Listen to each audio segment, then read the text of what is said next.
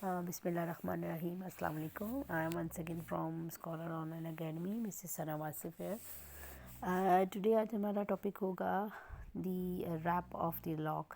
हम टेक्स्ट पढ़ेंगे with Urdu translation के साथ कैंटो 1. और इसमें देखिए मैंने आपको नोट्स भी शेयर किए हुए हैं जिसमें आपकी आसानी के लिए टेक्स्ट के साथ जो है वो हम उर्दू को भी स्टडी करेंगे. यहाँ पे उर्दू ट्रांसलेशन भी है और इंग्लिश भी पैराफ्रेजेस की हुई है जो कि बहुत आसान है. और इसके अलावा हम रैप ऑफ द लॉक के बारे में पढ़े कि किस तरह जो है ना उसकी लॉक जो है बेलिंडा, ठीक है, मेन कैरेक्टर इसका बेलिंडा है. और बेलिंडा में किस तरह जो है वो इसकी जो लॉक है, लॉक जिसमें हम बालों की लट कहते हैं, उसको काट दी जाती है. इसलिए इस जो है वो ड्रामे का जो नाम भी अलेक्जेंडर पॉप ने the rap of the Lock रखा है. This is for part 1 students M English literature के लिए, क्योंकि text mostly Rape of the Lock से भी आता है, एक मस्ट है इसमें से टेक्स्ट. तो आज हम इसको स्टार्ट करते हैं, इंशाल्लाह इसको कवर करेंगे. फर्स्ट है जी the rap of the lock canto 1. What dire offence from amorous causes springs. जी व्हाट डायर ऑफन होता है खौलनाक जुर्म. From amorous causes spring. अब वो कहते हैं कि किस तरह वो जन्म लेते हैं एक मोहब्बत के मामलात. यानी कि नज़म में आपको नज़म नगमा सुनाता हूँ. यानी कि यहाँ पे वो एक कह रहा है कि किस तरह से जो जराइम जो है ना वो जन्म लेते हैं. What mighty contest rise from the tribal things उससे छोटी छोटी चीज़ों से.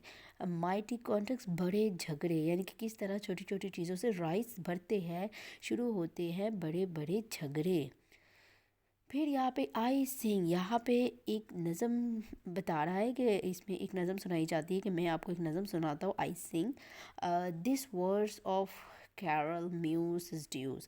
अब यहाँ पे जो कैरल वर्ड यूज़ किया गया है, कैरल बेसिकली उसका जो नज़म अपने जो म्यूज़ में नज़म अपने दोस्त यानी कि कैरल की तजवीज़ पे ये लिख रहा है. कैरल उसका फ्रेंड होता है. यहाँ पे दिस वर्सेस टू कैरल उसकी तजवीज़ पे लिख रहा है. Is due this have Belinda may vouchsafe to view. अब यहाँ पे वो एक जो है म्यूज़ यानी कि गॉडनेस ऑफ पोइट्री की बात करता है, शायर की देवी को मुखातिब करके कहता है कि a muse this Belinda's may vouchsafe to view slight is object but not the praise. अब वो कहते हैं कि ए म्यूज़ में ये नज़म अपने कैरल तजवीज़ पर लिखे जा रहा और मुझे तवक्को है डैड कि बेलिंडा भी इसे शर्फ कबूलियत बख्शेगी. यानी कि वॉच सैफ होता है, डैट इज़ ऑनर बख्शेगी, इज़्ज़त बख्शेगी. ठीक है, अब ये बेलिंडा को भी कह रहा है कि वो भी इसको एक इज़्ज़त बख्शेगी. If she inspire and he approve my lays. अब इंस्पायर हो गई है जी, बेशक इस नज़म का जो मौजू है वो एक स्लाइटली बिल्कुल लाइट सा ही है. ठीक है, और इंस्पायरेशन क्या आ रही है यहाँ पे, एक इंस्पायर रूह जो है ना वो फूंक दी गई है. यानी कि अगर बेलिंडा मेरी नज़म में पसंदीदगी की रूह फूंक दे. ठीक है, यानी कि इफ़ शी, यहाँ पे शी बेलिंडा से कहा हुआ है कि बेलिंडा जो है वो इंस्पायर एंड इम्प्रूव माई लेज के मेरी पसंदीदगी को पसंद कर ले, प्रूव कर ले. Say what strange motives and goddess could compels. अब यहाँ पे इसका बताया हुआ है कि किस तरह जो है ना वो पसंद करेगी तो ये बहुत ज़्यादा तारीफ़ हासिल करेगी. एंड यहाँ पे इसमें बताया हुआ है गॉडनेस पे, गॉडनेस की बात आ रही है कि जो गॉडेस है, जो पोइट, ये जो शायर की जो पोइटिस्ट होती है जिसको हम कहते हैं, हमने अभी ऊपर में भी करा है, जो कि गॉडेस ऑफ पोइट्री है, उससे अब ये कह रहा है कि ए शायर की देवी मुझे बताओ कि क्या अजीब मोटिव्स थे. यानी कि व्हाट स्ट्रेंज मोटिव, कितना अजीब किस्म के मोहरिक है मोटिव्स थे. Goddess could compels and well bred lord of assault a gentle spell. Assault होता है हमला करना, कि जिसने एक महज़ब नवाब को एक नरम मिजाज लड़की यानी कि जेंटल बेल यहाँ पे आ जाए नरम मिजाज लड़की पर हमला करने पर मजबूर किया. अब यहाँ पे जो हमें ब्रेड लॉट बताया हुआ है, यानी कि यहाँ पे एक महज़ब नवाब को किया गया है कि वो एक जेंटल बेले पर जो है ना वो किस तरह नरम मिजाज पर हमला पर करने पर मजबूर हो गया. O say what stranger cause yet explored. और क्या अजीब वजह थी what stranger cause yet explored could make a gentle belle reject a lord. अब यहाँ पे देखिए कि इसकी बात की कि कितना अजीब इल्म, यानी कि जिसको अभी भी इल्म हासिल नहीं हो सका, अनएक्सप्लोर्ड है ना, ये इल्म हासिल नहीं हो सकी। एक नरम मिजाज लड़की could make a gentle but reject a Lord, कि उसने एक नरम मिजाज लड़की ने एक लॉर्ड को रद्द कर दिया, ठीक है, यानी कि उसको रद्द कर दिया है। ब्लेंडर की बात हो रही कि ब्लेंडर ने किस तरह जो है लॉर्ड को रिजेक्ट कर दिया। यहाँ पे एक लिखा हुआ है कि हालांकि इस दौर की लड़कियाँ ऊंचे घराने के लड़कों को बहुत पसंद करती थी, कि वो कह रहे एक लॉर्ड को भी उसने रिजेक्ट कर दिया, हालांकि वहाँ पे ऊंचे घराने को वो पसंद किया जाता था। ठीक है, ये इसकी थोड़ी सी इंट्रो बताई हुई है जो राइटर है उसने, और यहाँ पे इसकी उर्दू ट्रांसलेशन भी काफ़ी अच्छे तरीके से लिखी हुई। होप सो आपको ये अंडरस्टैंड भी हो गया होगा। नेक्स्ट चलते हैं लाइन नंबर 11 पे। लाइन नंबर 11 पे आ जाता है, एंड अब and deal such rage in softest bosom then। अब लॉर्ड पीटर की बात हो रही है जी, एंड लॉर्ड पीटर जो थी क्या जो था वो डेवल्स सच रेज एंगर में, और उसमें जो है वो अच्छा, यहाँ पे है एंड डल सच रेज, गुस्सा, इन सॉफ्टनेस बॉटम देन। अब यहाँ पे गुस्से की बात हो रही है, किसकी गुस्से की बात हो रही है? बेलिंडा के गुस्से की बात हो रही है, कि किस तरह जो है वो बेलिंडा जो है वो उसके नरम गदार सीनों में, यानी कि बॉसम में, यहाँ पे उसने बता रही है कि इतना शदीद गुस्सा भरा हो सकता है। And lord such daring soul in the little man, यहाँ पे लॉर्ड पीटर की बात हो रही है, जैसे छोटे कद के आदमी किस तरह डेयरिंग ज़रूरतमंदी वाले काम कर सकता है। यहाँ पे ज़रूरतमंदी वाले काम उसने क्या किए, उसने उसकी लट को काट दिया, ये इसका ज़रूरतमंद वाला काम है। Sol through white curtain shoot a timorous ray. अब रेज आ गई जी, सूरज की किरणों की बात आ गई, कि किस तरह जो है वो वहाँ से खूबसूरत तरीके से बेलिंडा के बेडरूम में जी सूरज की किरणें जो है वो आ रही है। And open those eyes that such Eclipse the day, और किस तरह उसकी आंखें खोल दी है जिसकी चमक रोशनी सूरज की रोशनी को भी मानित कर सकती है, यानी कि इक्लिप्स होता है ना, मानित करना, ग्रह लग जाना, कि किस तरह जो है वो खूबसूरत जो किरणें आ रही है उसने वो आंखें भी खोल दी है जिनकी चमक सूरज की रोशनी को भी मानित कर देती है। And lap dogs give themself the rousing shake. अब यहाँ पे एक जो है लैप डॉग की बात हो रही है, डॉग की बात हो रही है, पालतू कुत्ते की बात हो रही है। वो वक्त था कि जब पालतू कुत्ते जो थे वो उस वक्त अपनी गनूदगी नींद दूर करने के लिए अपने जिस्म को झटक देते थे, यानी कि lap dogs give themself the rousing shake होता है झटक देना। And sleepless lover just at 12 awake, और जो मोहब्बत करने वाले लोग हैं वो बहुत देर तक सोते थे, यानी कि स्लीपलेस लवर्स होते जस्ट एट 12, यानी कि 12 बजे तक, यानी कि दोपहर को उठते थे, ठीक है। अब वही को ना उठता। थ्राइस रिंग द बेल जी। अब क्या हो गया जी, बेल की बात आ गई कि बेलिंडा की आंख खुली, क्या हुआ थी? The slippers knock the ground, जो उसका मुलाजमा थी उसने दरवाज़ा जो है खटखटाया, एंड बुलाने के लिए 3 बार घंटी बजाई, ठीक है, यानी कि थ्राइस रैंग द बेल, और 3 दफ़ा घंटी बजाई। द स्लीपर्स जो वहाँ पे मुलाजमा थी उसने नॉक किया द ग्राउंड को, यानी कि उसके दरवाजे को। And the press watch return a silver sound. अब यहाँ पे उसने क्या किया है जी, और उसको जब उसको जवाब नहीं मौसूल हुआ तो उसने अपने स्लीपर से फर्श खटखटाया, प्रेस किया, वॉच रिटर्न अ सिल्वर साउंड। और फिर उसने एक घड़ी जो थी, यहाँ पे वॉच जो है वो घड़ी की बात की जा रही कि फिर इसने टाइम जानने के लिए अपनी घड़ी का बटन दबाया, ठीक है, प्रेस किया, दबाया, वॉच घड़ी का बटन, रिटर्न अ सिल्वर साउंड, जिससे सिल्वर साउंड सुनाई देती, यानी कि घंटी की आवाज़ सुनाई दी, ठीक है, सिल्वर साउंड उसने घंटी की आवाज़ सुनाई दी जी। नेक्स्ट आ गया है जी हमारे पास लाइन नंबर जो है वो यहाँ पे देखिए, ये बहुत इजी इसकी जो है ना वो सारी उर्दू लिखी हुई है, और यहाँ पे आपको इसकी इजी जो है ना वो ट्रांसलेशन भी मिलेगी, ठीक है। आपने just reference to concept according to lines लिखना होता है, और उसमें बहुत इजी वे में आपने उसको बताना होता है कि आपका अपना पॉइंट ऑफ व्यू क्या आ रहा है, और फिर इसके अलावा राइटर का जो है उसका पॉइंट ऑफ व्यू क्या है, और इसमें कौन सी थीम यूज़ की गई है, क्या चीज़ें सिमिलीज है, क्या है, वो भी इंशाल्लाह मैं रेफरेंस टू कॉन्टेक्स्ट के नोट्स आपसे शेयर करूँगी सारी, कि किस तरह जो है ना वो अटैम्प्ट करते हैं रेफरेंस टू कॉन्टेक्स्ट। नेक्स्ट आ जाता है ब्लेंडर 19, लाइन नंबर 19 पे आ जाए। Belinda still have downy pillow pressed. अब जी ब्लेंडा के क्या हो गया जी, डाउनी यहाँ पे आ गया पिलोज प्रेस्ड, कि उस वक़्त भी बेलिंडा का सर परिंदों के रुओं वाले परों से भरे हुए नरम गदास तकिए पर टिका हुआ था। ठीक है, Belinda still her down his pillow rest, यानी कि बड़ा नरम सा पिलो था। Her guardians sylphs prolong the balmy rest. अब यहाँ पे रूह की बात आती कि आ गई। ठीक है, अब बेलिंडा की जो हिफाजती रूह थी, गार्डियन सेल्फ जो है ना, वो क्या है जी, हिफाजती रूह ने बेलिंडा के खुशगवार आराम को मज़ीद लंबा कर दिया। बाल्मी ने खुशगवार आराम हाल प्रोलॉन्ग लंबा कर दिया। It was the he had summon to her silent bed. अब समन आ गया जी, क्या समन उसने दिया है, क्या पैगाम उसने दिया है जी, कि सुबह के इस ख्वाब को बेलिंडा के पुरसुकून बिस्तर पर आने की दावत दी। ठीक है, यानी कि इट वाज अ हेड समन, दावत दी टू हर साइलेंट बेड के उस पे जो नरम सा बिस्तर है उस पे आने की। The morning dream that hovered over her head. अब उसके हेड यानी कि यहाँ पे उसके जो सर है उसके पुरसुकून जो बेलिंडा ख्वाब देख रही थी यहाँ पे, सुबह के इस ख्वाब को बेलिंडा के पुरसुकून बिस्तर पर आने की दावत दी जो कि उसके बिस्तर पर मंडला रहा था। और फिर क्या किया जी, सेल्फ ने एक जवान लड़के का रूप धार लिया। And a young more glittering ring then a birth night ब्यो। ठीक है, यानी कि उसके ऊपर जो थी वो एक मॉर्निंग ड्रीम होता है ना, ख्वाब देख रही थी, और डेट ओवर ओवर उसके सर के ऊपर जो मंडला रहे थे, कौन मंडला रहे थे, वो रूहें मंडला रही थी। And a young more glittering then a birth night view that even in slumber causes her cheek to glow। जी, अब उसमें क्या आ गया जी, ब्राइट नाइट व्यू, यानी कि जो इसका मोर ग्लिटरिंग होता है, बहुत ज़्यादा पुरकशिश। ठीक है, यानी कि चमक धमक में उसके भांके ने भी ज़्यादा पुरकशिश था। यानी कि बड़ा एक जवान लड़का का जब उसने रूप झाले जो कि किसी सालगिरह की शाम होने वाले जश्न में शिरकत के लिए तैयार हुआ हो। ठीक है, यानी कि बर्थ नाइट व्यू, यानी कि यहाँ पे किसी की पैदाइश के लिए जश्न मनाने के लिए तैयार किया गया हो।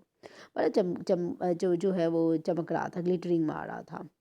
सीन ऐसा लग रहा था to her ear his winning lips to lay, यानी कि ऐसा लग रहा था जैसे इसे सैलफ जो था ने ख्वाब में ऐसी हरकतें की कि नींद में ही बेलिंडा के गाल शर्म से सुर्ख हो गए। ठीक है, ये जो वही हमारे ऊपर वाली लाइन है, लाइन नंबर 22, डैट इवन जो स्लम्बर नींद में ही causes her cheek to glow, यानी कि नींद में ही वो जो देख रही है रूहों को, जो बेलिंडा है और उसके जो है वो चिक्स जो है ना, गाल जो है ना, वो शर्म के मारे जो है ना वो सुर्ख हो गए हैं।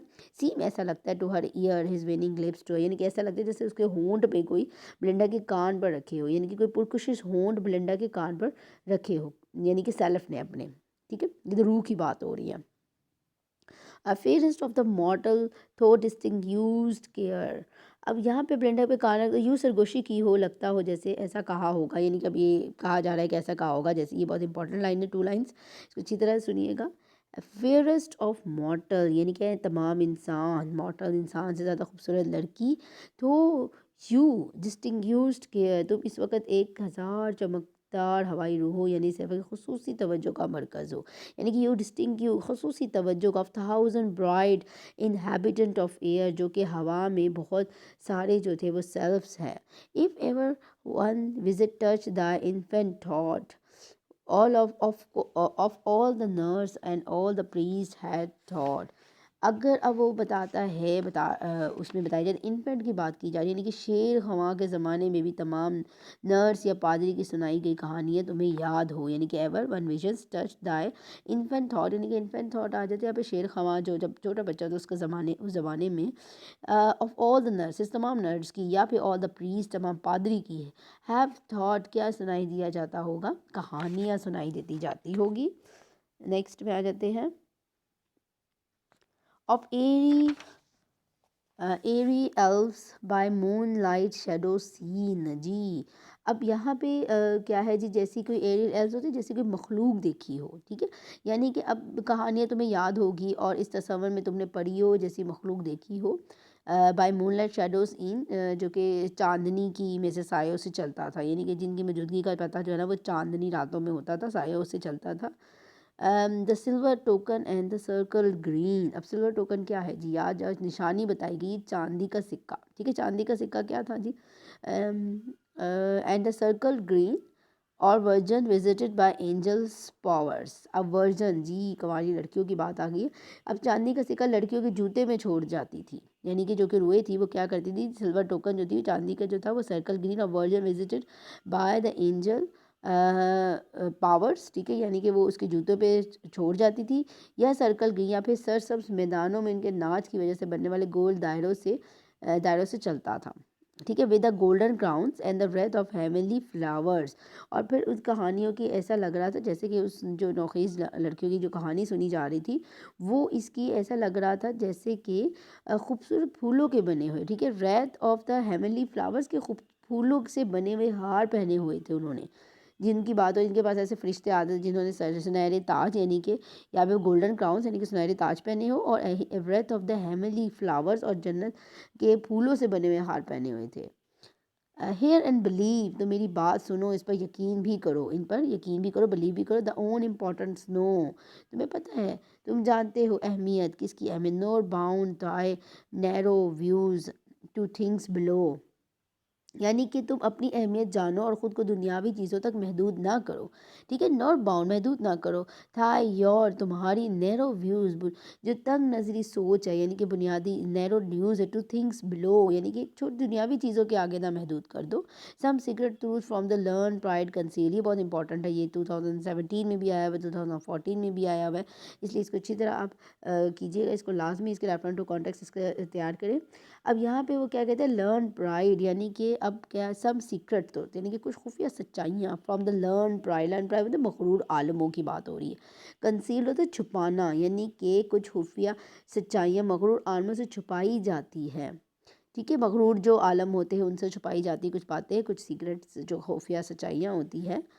To maid alone and children are revealed, और सिर्फ लड़कियों बच्चों को बताई जाती है, ठीक है, to maids alone and the childrens, और किसको, लड़कियों को और चिल्ड्रन को, उनको सिर्फ रिवील जाहिर की जाती, बताई जाती है।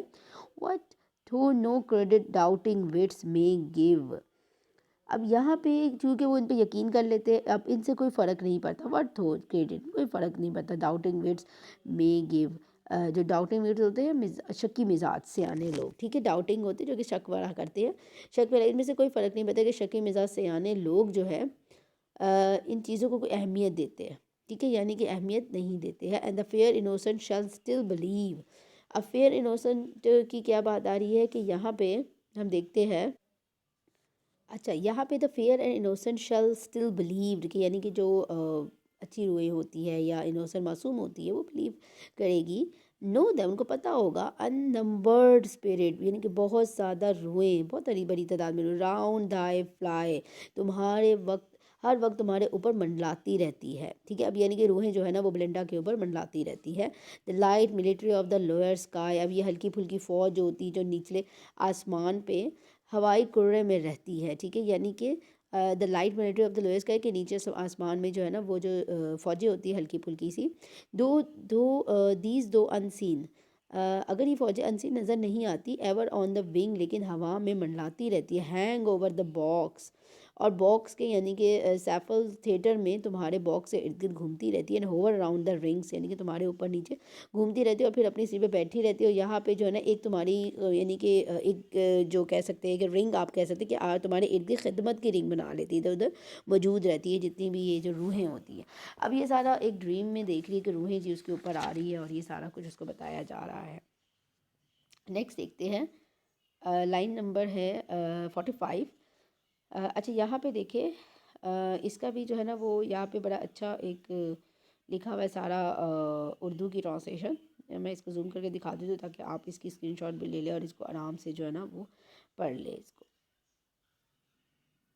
ये देखिए, अब नेक्स्ट हमारे पास है, थिंक व्हाट इक्विपेज धो हैज़ इन एयर, अब वो कहते हैं सोचो ज़रा, यानी कि ज़रा सोचो कितना शानदार हिफाजती दस्ता, इक्विपेज होते हैं हिफाजती दस्ता, दो हैज़ इन एयर, के हवा में तुम्हारे लिए मौजूद है, and view with the scroll to pages and a chair, अब व्यू अब क्या देखना है जी, इसके मुकाबले में तुम्हें एक मामूली दुनियाई चीज़ों, यानी कि अब यहाँ पे मामूली चीज़ों की बात बताई जा रही है, यानी कि एक कुर्सी और दो मुलाजमों, पेजेस को यहाँ पे मुलाजिम को कहा गया कि यहाँ पे यानी एक कुर्सी और मेज़ मुलाजिम, एंड नाउ योर ऑन और बीइंग वर ऑफ ओल्ड, ठीक है, अब यहाँ पे कहता है कि सहूलत को हकारत से देखना चाहिए, ठीक है, विजन स्क्रॉन होता है हकारत से देखना, यानी कि व्यू विद द स्क्रॉन, के अब वो कहते हैं इसके मुकाबले में तुम्हें इन मामूली दुनियावी चीज़ें यानी कुर्सी हो या महज दो मुलाजमों की सहूलत को हकारत से देखना चाहिए, क्योंकि तुम्हारे पास इतनी सारी रूहें हैं।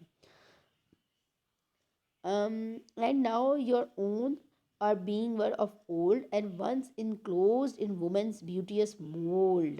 अब यहाँ पे फिर वो सेल्फ भी ये फिर ये कहता है कि, अभी रूह कहती है कि कभी हम भी तुम्हारी तरह खूबसूरत लड़कियां हुआ करती थी, यानी कि our being were old and once कभी enclose in women beauteous mould, खूबसूरत वुमेन यानी कि औरतें हुआ करती थी। अब ये जो है ना सेल्फ ही सारा रूह जो है ना वो बात बता रही इसके ख्वाब में आके कह रही है। Thence by a soft transition, soft translation होती है कि लेकिन हमारे अंदर नरम सी तब्दीली कर दी गई, यानी कि नरम सी सॉफ्ट ट्रांजिशन तब्दीली कर दी गई। We repair from earthly vehicle to these air, और हमारी दुनियावी अजसाम को मौजूदा हवाई शक्ल दे दी गई, यानी कि उनकी जो दुनियावी अर्थली व्हीकल्स थे ना, उनकी दुनियावी जो अजसाम थे उनको क्या शक्ल दे दी गई, हवाई शक्ल दे दी गई, and those of air. Think not, ये मत सोचो, when women's transit breath is fled. अब वो कहती है ये ना सोचो, कहती है कि किसी खातून की फ़ानी ज़िंदगी जब इख्तिताम को पहुंचती है, यानी कि वुमेन ट्रांसलेट जब ब्रीथ इज़ फ्लड, फ्लड होता है कि इख्तिताम पर पहुंच जाएगी उसकी खूबसूरती, उसकी ज़िंदगी, that all her vanities at once are dead, जी उसके तमाम फ़ख्र व नाज ख़त्म हो जाते हैं। ठीक है, यानी कि वैनिटीज़ यहाँ पे फ़ख्र की बात की जा रही है कि उसके वैनिश हो जाते हैं, ख़त्म हो जाते हैं, डेड हो जाते हैं। सक्सेसिंग वैनिटीज़ शी स्टिल रिगार्ड। अब इसमें यहाँ पे दर हकीकत इसकी ज़िंदगी मुकम्मल तौर पर ख़त्म नहीं होती, बल्कि फिर भी आइंदा नस्ल के ख़वातीन के फ़ख्र नाज का मुशाहिदा करती है, यानी कि वो देखती है कि आइंदा जो नस्ल आने succeeded vanities she still regard, देखती है, एंड थो शी प्लेज नो मोर और लुक्स द कार्ड। अब यहाँ पे बताया जा रहा है कि यहाँ शायर इसकी मसरूफियत को ताश के खेल से तशबिह दे जा रहा है। ठीक है जी, प्लेस आ गया ना, तो यहाँ पे आपको कार्ड्स के तौर पे उसे तशबिह दे रहा है। कहता है कि नई शक्ल में ये ख़वातीन उस वक़्त ख़ुद तो अमली तौर पर खेल नहीं सकती, शी प्लेस नो मोर, यानी कि तब खेल नहीं सकती है, और लुक्स द कार्ड, अब कार्ड को जो उसमें देखता है, मुशाहिदा करता है, and her joy is gilded chariot. ठीक है, अब यहाँ पे खेल तो नहीं सकती, लेकिन दूसरी ताश पत्तों को मुशाहिदा करती है, और इस मुशाहिदे में अपनी जवानी की मसरूई, यानी सोने की पट्टियों वाली भग्गियों, गाइल्डेड चैरियट होते, चैरियट भग्गियों को कहते हैं, जो कि सोने से बनी में सैर, वन अलाइव, जब वो यहाँ पे ज़िंदगी की बात हो रही है, एंड लव ऑफ ऑम्बर। ठीक है, लव ऑफ ऑम्बर आ चुका है कि ताश के खेल की बात हो रही है, कि यहाँ पे उनकी जवानी की मसरूफियात, यानी कि सोने की पट्टियों वाली भगियों में सैर और ताश के खेल के लुत्फ़ इनके मरने के बाद भी जारी रहता है, एंड आफ्टर डेथ सर्वाइव, इनके मरने के बाद भी जारी रहता है। क्या जारी रहता है, ये अब मुशाहिदा देख रहे हैं कि उसमें देखा जा रहा है कि किस तरह जो है वो उस यहाँ पे शायर उनकी मसरूफियात को ताश के खेल की बताई जा रही है, कि ताश का खेल भी जो है ना वो नई शक्ल में ख़वातीन उस वक़्त खुद तो अमली तौर पे कुछ खेल नहीं सकती है, लेकिन ऊपर से ही दूसरे के ताश के पत्तों का मुशाहिदा करती रहती है, यानी कि खेलती तो नहीं है लेकिन जज देखती रहती है और मुशाहिदा करती रहती है, और बल्कि ऊपर से ही दूसरों के तलाश का मुशाहिदा करती रहती है, और अपनी जवानी की मसरूफ़, यानी कि सोने की पट्टियों वाले में सैर और ताश के खेल के लुत्फ़ में मरने के बाद भी इनका जारी रहता है। To first element the soul retire, अब नहीं ओके, ये ऊपर वाली लाइन है, for when the fair in all the pride expire. जी, अब यहाँ पे फेयर लड़कियों, खूबसूरत लड़कियों की बात आ रही है, जब उनका फ़ख्र व नाज जो है ना उसकी हालत में मर जाती है, यानी कि जिस फ़ख्र में एक्सपायर मर जाती है, तब क्या होता है जी, to their first element the soul retire, उनका जो पहला बुनियादी अंसर है, अनासिर है, वो तब्दील हो जाता है। ठीक है, रिटायर हो जाए, तब्दील हो जाता है। The Sprite of the fiery टर मैगेंट्स इन फ्लेम। अब यहाँ पे पहली मरतबा इनको तश्कील दी गई, यानी कि फायरी टर्गमेंट्स होते हैं, जो गुस्सेली झगड़ालू ख़वातीन। ठीक है, घरेलू और झगड़ालू ख़वातीन की बात हो रही है, उनकी जो रूहें हैं वो mount up and take a salamander's name, यानी कि उनकी रूहें जो है वो बुनियादी तौर पे यानी आग के शोलों में तब्दील होकर, जिसमें सेलेमेंडर्स यहाँ पे जो है ना वो आग में रहने वाली ख्याली छिपकली की बात हो रही है, सेलेमेंडर छिपकली होती है नस्ल उसकी। Name soft yielding mind to water glide away, यहाँ पे उसमें बताया है कि जितनी भी गुस्सेली घरेलू ख़वातीन की रूहें होती हैं वो अपनी बुनियादी अंश यानी आग के शोलों में तब्दील होकर सेलेमेंडर बन जाती हैं। ठीक है, the sprites of the fiery termagants in flame, यानी कि जो गुस्सेली ख़वातीन होती है माउंट अप बदल जाती है, टेक और किसकी शक्ल इख्तियार की, टेक द सेलेमेंडर नेम, यानी कि सेलेमेंडर जो होती है वो मछलियों की बन जाती है। यानी कि यहाँ पे मैं थोड़ी सी इंग्लिश आपको बता दूँ, the soul of the hot temper and the touchy women's change into their element of fire में चेंज हो जाती है and they are converted into the salamanders. ठीक है, ये सेलेमेंडर्स में कन्वर्ट हो जाती है। यहाँ तक 60 लाइन तक आज करते हैं, कल इंशाल्लाह इसको कंटिन्यू करेंगे और ये आपका जो है ना वो कैंटो 1 हम ख़त्म कर देंगे। यहाँ पे देखिए इसकी बहुत इजी सी जो है वो उर्दू भी लिखी, इंग्लिश भी लिखी हुई है और उर्दू भी ट्रांसलेशन लिखी हुई है। होप सो आपको अंडरस्टैंड होगा किस तरह जो है ना वो यहाँ पे रूहों की बातें हो रही है और किस तरह वो अभी ख्वाब देख रही है, उसके ख्वाब में आके रूहें किस तरह बोल रही है ब्लेंडा के। अभी आहिस्ता आहिस्ता नेक्स्ट हम पेज में कि किस तरह जब ब्लेंडा उठती है तो वो किस तरह अपने मुलाजिमों से ट्रीट करती है और ये क्या बताए नहीं कि अभी जस्ट इसके ख्वाब में, नींद में जो है ना वो एक रूहें वगैरह आ रही है और काफ़ी ज़्यादा बेशुमार रूहें हैं, स्पिरिट्स हैं और वो आके जो है ना वो अपने सारा बता रही होती है कि हर किस्म के ख़वातीन के बारे में बताती है, किस किस्म की औरतें और ये सारा कुछ। हम बाकी इंशाल्लाह हम नेक्स्ट में डिस्कस करेंगे। होप आपको इसको ईजी लगा होगा। सब्सक्राइब करें मेरा चैनल। अल्लाह हाफ़िज़।